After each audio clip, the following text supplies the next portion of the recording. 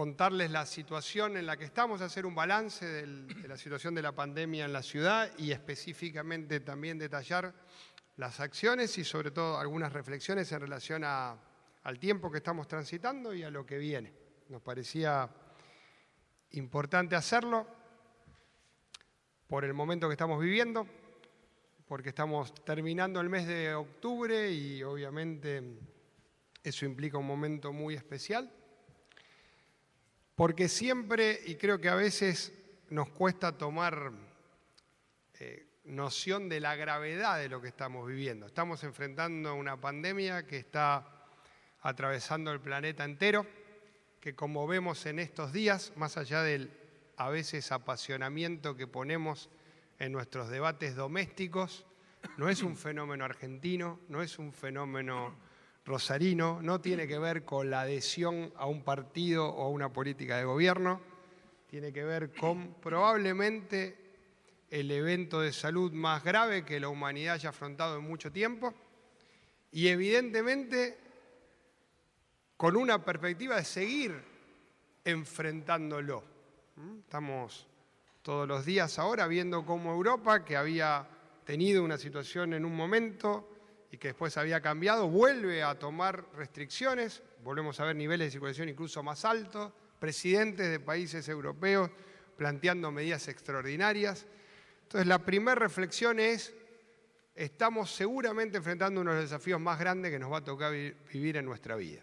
Y lo queremos plantear así porque uno entiende el peso que tiene el tiempo que llevamos en esta situación, pero también hay que ser muy claros del desafío que tenemos. No es un desafío menor, no es un desafío que tenga que ver con una política de un día determinado, y tomo algo que siempre repetimos con Leo y todo el equipo, algo que hay que enfrentar día a día, pero con una perspectiva que nos obliga a trabajar día a día, sabiendo que hay mucho tiempo por delante para aprender de cómo trabajar en relación a esta pandemia.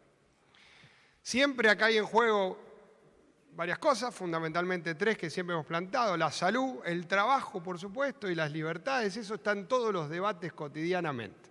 Todos los días recibimos un planteo sobre la situación de los más chicos, sobre la situación del uso del espacio libre, sobre el uso del río, obviamente sobre la situación que estamos viviendo en el sistema sanitario, y todos los días reflejamos una tensión en la sociedad a la hora de cómo regular lo que viene. Siempre en esta ciudad tenemos claro lo siguiente. Primero, la salud. La primera prioridad absoluta es la salud. Nadie puede imaginarse un escenario en el que una persona que necesita atención no la tenga. Y esa es una prioridad absoluta. En relación al trabajo y a las libertades, hemos tomado medidas, primero escuchando a todos. Escuchar es escuchar, comprender el motivo del pedido y analizarlo. Pero después también es decidir. Y decidir implica tener en cuenta las prioridades entre las variables. No vamos a dejar de escuchar a nadie y siempre vamos a estar atentos a cualquier planteo que se haga, pero lo vamos a hacer para después decidir, y decidir no en función de un capricho, decidir en función de variables objetivas. Y quiero dar un ejemplo. Cuando se decidió una restricción de 21 días o cuando se decide una restricción a la circulación nocturna, no se hace en base a que tenemos la intención de afectar determinados sectores. Se hace en relación a el número de casos, el impacto en el sistema sanitario, la ocupación de camas y la perspectiva que uno va viendo de cómo se van a dar en las próximas semanas la evolución de un virus.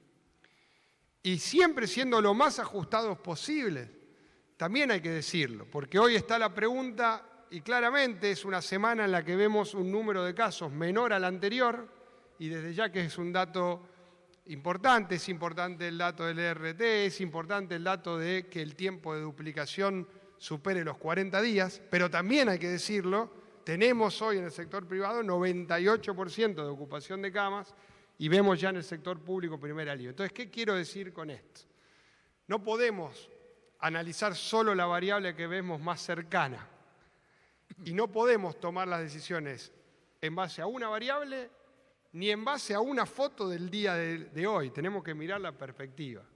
Si esta situación de las primeras lucecitas que muy prudentemente asoman como una expectativa mejor a la que vimos en septiembre-octubre, se consolidan, las variables tendrán y las decisiones irán en función de cómo se consoliden esas variables.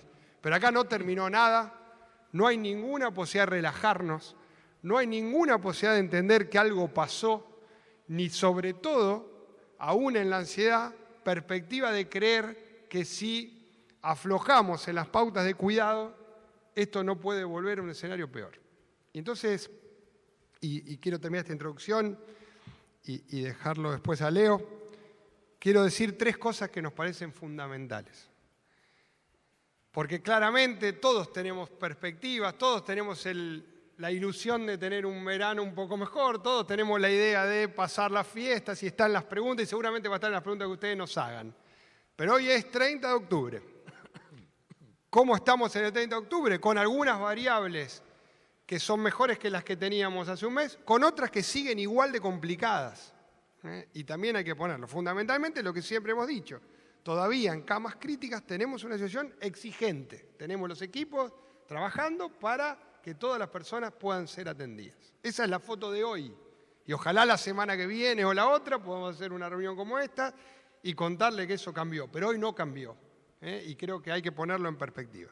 Segundo, hay 3 cuestiones fundamentales. Primero, rindió el esfuerzo de haber restringido durante gran parte de septiembre actividades. Sé del esfuerzo que muchos rubros hicieron y sé de la discusión que eso generó. Pero si esas medidas no se hubieran adoptado, hoy no estaríamos viendo algunos de esos datos positivos que se están viendo. Entonces, lo primero que hay que poner en valor, y eso lo podemos contar con el diario del lunes, como se dice, tuvieron impacto las medidas. Haber cumplido con medidas restrictivas, aún muy discutidas, tuvieron el impacto sanitario que necesitábamos.